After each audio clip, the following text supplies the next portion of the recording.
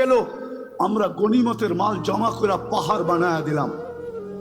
একজনের জন্য তো সাহায্য আসতো, এরকম কথা কি কিতাবে হাজারো লেখা নাই? না লেখা নাই? হুজুররা বলুক লেখা নাই? আরে সাহাবা তো সাহাবা, আল্লাহর ওলির কারণে সাহায্য আসে নাই? না আসে নাই? রাজা গৌর গোবিন্দ তো রাজাই ছিল, ঠিক না? কি আরে বলেন না, ছিল না ছিল না? শাহজালাল রহমতুল্লাহ আলাইহি কোনো কি সেনাবাহিনী নিয়ে আসছিলেন নাকি? হ্যাঁ, ওনার সফর সঙ্গী ছিল কয়জন? টোটাল 12 জন। টোটাল 12 জন ছিলেন সফর সঙ্গী। ওনার হাতে তো কোনো তলোয়ারও ছিল না, শুধু জায়নামাজই ছিল, ওইটাই সুরমায় বিছায়া দিছেন।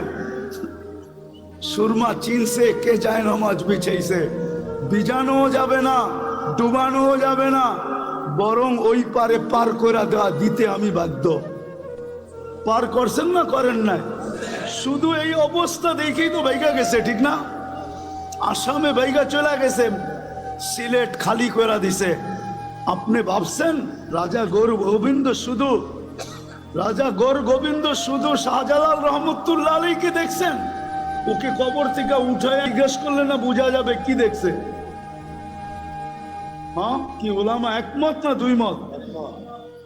ওরে কবর থেকে উঠে আয় না, জিজ্ঞেস করলে না বোঝা যাবে ও কি দেখছে? ও কি শাহজালাল দেখছে? হইতে পারে শাহজালালের পিছে বিরাট বড় এক ফেরেশতার বাহিনী দেখছে। সত্য এটাই। আজকে কেন সাহায্য নাই? কারণটা কি? আমি আপনাদেরকে কারণ বুঝাইতে চাইতেছি।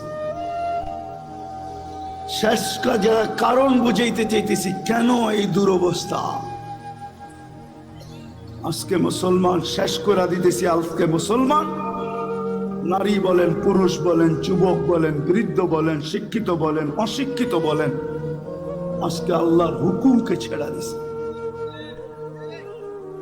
আল্লাহকে নারাজ করে ফেলছে, নারাজ। আজকে আল্লাহ আমাদের উপরে নারাজ, সত্য নারাজ। নাইলে আমার বিবেকে আমার কাছে যোগ বিয়োগ মেলে না। কেন ফিলিস্তিনে অন্য দেশে ফাটতো তো আমার মনকে বুঝাইতে পারতাম, কিন্তু ফিলিস্তিন ঘুরে আসার পরে আর আজকের পটভূমি চিত্র আমার কাছে মিলে না। যে মিলবো তো মিলবো কি করে? ওইখানে তো খলিল শোয়া, ওই জমিন, ওইখানে বোম ফাটে কি করে? অথচ সবচেয়ে বেশি আবাবিলের বসবাস হইল ফিলিস্তিনে। সবচেয়ে বেশি দুনিয়ার আবাবিল যেটায় বাস করে ওটা হলো ফিলিস্তিন। হুকুম দেন না কেন? আরেকটা কথা বুঝাইতে চাইতেছি। প্রতিদিন তো 17 বার 32 বার আমরা আবেদন করি আল্লাহর কাছে। প্রতিদিন তো 32 বার আবেদন করি, গায়রিল মাগদুবি আলাইহিম ওয়ালাদ-দাল্লিন। ইমামের মাধ্যমে করি, একা একই করি। যখন ইমামের মাধ্যমে করি, মাঝে মাঝে তো কিছু, আমি কারোর সাথে বিরোধ করতে চাইতেছি না, কিছু মসজিদ তো এরকমও আছে যে আমিন বইলা এত জোরে বলে যে ছাদও উড়া যাওয়ার আশঙ্কা হয়, ঠিক না? কিন্তু আমরা কি বলি? এটা আবেদন তো করি আল্লাহ দুইজনের হাত থেকে আমাদেরকে বাঁচান, কিন্তু ইহুদি নাসারা দুইজনের হাতেই তো আজকে আমরা সবচেয়ে বেশি নির্যাতিত। তাইলে আমাদের 32 বারের আবেদন যায় তো যায় কোথায়? আমাকে বুঝান। 32 বারের আবেদন আমাদের কোথায় গেল? আমরা যে সূরা ফাতিহা পড়লাম আর জোরে আমিন বললাম আর আস্তে বললাম, আমাদের এই বলাটা কোথায় গেল? কেন কবুল হয় না? কবুল হইলে তো এই অবস্থা হওয়ার কথা না। যে অবস্থা আজকে দেখতেছি, মুসলমানকে নিয়ে সবাই খেলে, ঠিক না? ফকির হইলাম আমরা, আর টাকা বিদেশে পাচার হইয়া বড় লোক হইল ওরা। আপনি ভাবেন যারা নিয়ে গেছে ওরা বড় লোক হয়েছে? ইম্পসিবল। আমি চিনি আমেরিকা, ইংল্যান্ড চিনি, সুইস ব্যাংক চিনি, আমি, আমাকে চিনাইতে হবে না।